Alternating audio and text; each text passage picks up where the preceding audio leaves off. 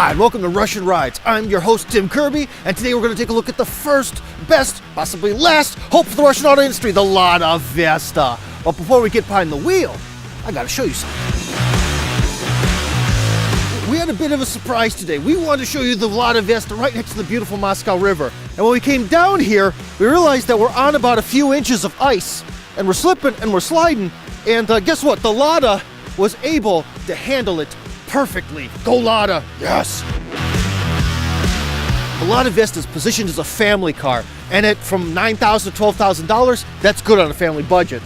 Believe me, I should know I'm flat broke, darn kids. But there's a problem. It's not for a family of people who are tall, that's for sure. But little kids can fit back here just fine. But when you're a big guy, not so much. Well, let's talk about the exterior. You know, the styling of the Lada Vesta is pretty good for a family economy car, you have to admit. But as you can see, it's gray.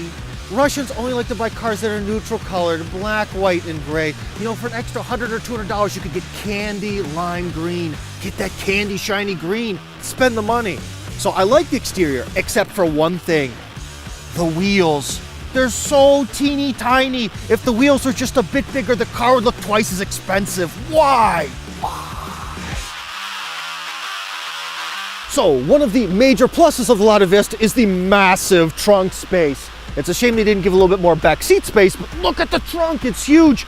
I cannot even reach to the end of it.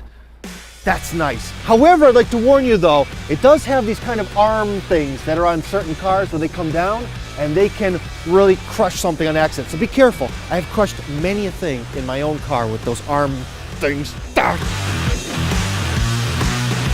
Well, let's roll, or as they say in Russian, поехали. Before I tell you about the pros and cons of the Lada Vesta, let me tell you a bit about it. Lada took a big risk making this car, and it looks like it's paying off. They brought in British car designer Steve Matton, who's a very nice gent in person by the way, to come up with a unique look, and hence the X design that you see on the car. Basically, this was the last shot for AvtoVAZ to make a car good enough for export, good enough to be with other economy sedans. And I guess they succeeded, because this Lada Vesta is the #4 best-selling car in Russia, and it is getting exported by the tens of thousands. You know, Russians always tell me, Tim, Russian cars have terrible brakes. But guys, I disagree. This Lada Vesta has fantastic brakes. That was one thing I was actually kind of concerned about. Now, the opposite is the problem. It doesn't have a very good 0 to 60. You know what? I would compare it to my grandmother's old 85 Buick that she used to have. Low, stable to the ground, actually fairly heavy, but when you hit the gas pedal, not a whole lot happens. So friends, there we have it, the Lada Vesta, a family car and the near future of the Russian auto industry. Now, is this a good family car for the money? I would say so.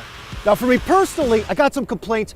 That roof in the back seat, too low. The motor's not that zippy. It's a little on the short side, but anyways, and those little tires. But anyways, soon they're coming out the Lada SW Cross, which is basically going to answer all of my complaints about the Vesta. So we're going to review that as soon as it comes out. So you'll just have to stay tuned to see if I will actually buy a Russian car one day. Anyways, that's all from Russian Rides. I'm Tim Kirby. Get yourself a Lada.